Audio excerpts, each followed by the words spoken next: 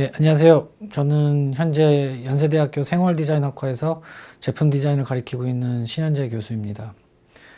제가 하는 연구는 속히 지속 가능한 행동 디자인이라고 하는데요.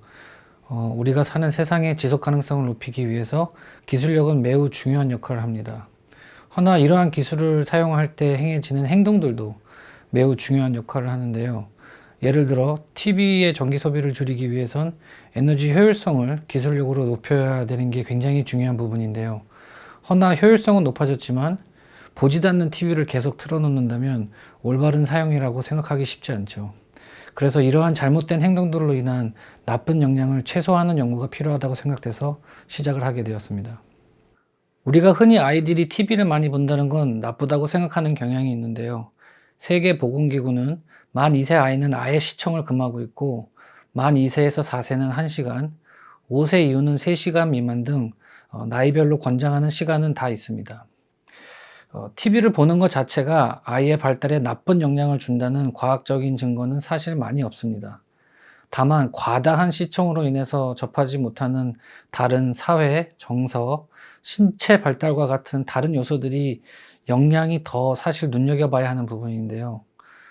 TV의 위치나 보통 가정의 가구 위치가 꼭 TV를 앉아서 보는 구조로 되어 있고, 이러한 시청 문화에 우린 매우 익숙해져 있습니다. 이러한 행동들을 좌식 행동이라고 하는데요. 특히 요즘 같은 디지털 시대에 어린아이들의 스마트폰 기기 사용량이 늘면서 부모님들의 걱정이 더 커지고 있는 게 사실이죠. 여기에 더 나아가 코로나 여파가 만 3세에서 9세 어린아이의 하루 평균 시청이 5시간 정도로 지금 조사되고 있고, 아이들이 학교에 있는 시간을 빼면 상당히 많은 시간을 가정에서 시청 시간에 소비되고 있는 상황이죠. 그리고 더 성장된 나이, 청소년이 될수록 스마트 기기의 사용이 더 자유로워지면서 시청 시간을 조절하는 게 더 어려워진 게 현실입니다. 그런데 여기서 중요한 건 세계보건기구가 동시에 청소년들의 신체, 정신 건강 발달을 고려해서 매일 평균 1시간 이상의 운동을 하라고 권고하고 있는데요. 안타깝게도 우리나라는 세계 146국 중에 가장 낮은 운동량을 하는 것으로 조사되었습니다.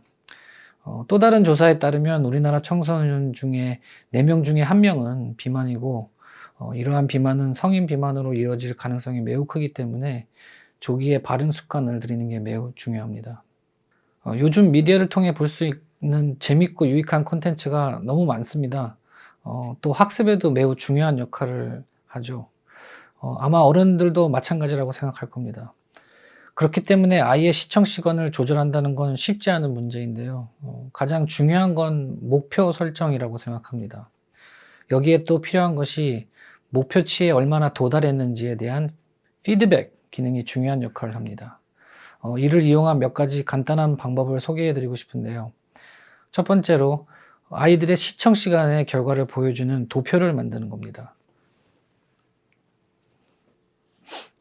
이러한 빨강색 레드 블록을 활용할 수 있을 텐데요. 예를 들어 1시간, 2시간, 3시간 등 아이들이 하루에 얼마나 보는지를 보여줘야 됩니다. 보통 지속적으로 TV를 많이 보는 아이들의 경우에는 이러한 피드백 기능이 전혀 없기 때문에 자기가 얼마나 많이 보는지 인지를 못하고 있죠. 예. 둘째로는 운동 같은 긍정적인 행동을 통해서 시청 시간을 보상받거나 하루 일정 시청량을 계획하는 방법입니다. 예를 들어 이런 파란색 레고 블록을 이용해서 10분, 20분, 30분씩 이런 식으로 하루 운동량을 계획하게 만드는 겁니다. 만약에 파란색이 적고 빨강색이 많다면 아이가 아마 긍정적인 행동이 필요하다고 느끼게 될 겁니다. 운동을 더 해야 한다거나 TV를 좀 덜 봐야 한다고 느끼거나 이렇게 간단한 피드백이 아이들의 행동 교정에 필요한 목표 설정에 굉장히 중요한 역할을 합니다. 셋째로 가장 중요한 건 부모의 역할입니다. 부모님은 아이들의 롤모델이기 때문에 부모의 좌식 행동을 줄이는 것이 아이들에게 가장 큰 본보기가 될 것 같습니다. TV를 많이 본다고 꾸짖는 것보다는 아이와 함께 부모님이 협의해서 새로운 TV 시청 시간과 운동량 목표치를 함께 만드는 것이 좋은 시작이 될 것 같습니다. 우리가 코로나를 겪으면서 어쩌면 집이라는 환경에 대해서 다시 한번 생각할 수 있는 기회를 제공하진 않았나 생각됩니다.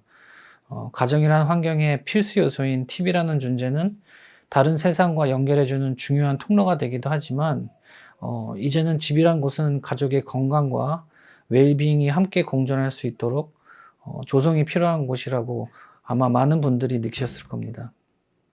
오랜 시간 동안 디자이너들은 산업 발전을 위해서 만드는 데만 집중한 게 아니라는 생각을 많이 하게 됩니다. 사용자들이 더 올바른 제품 사용과 처리, 그리고 사용 단계에 있어서의 지속 가능성을 실천할 수 있도록 도와주는 것 또한 디자이너들의 중요한 역할이라고 생각합니다. 더 많은 사회 문제를 이해 관계자들과 협업해서 면밀히 분석하고 또 관찰하고, 디자인적 사고를 이용하여 보다 더 좋은 해결책을 사회에 제시하는 것 또한 사회가 기대하는 미래의 디자이너의 역할이 아닐까 생각합니다. 감사합니다.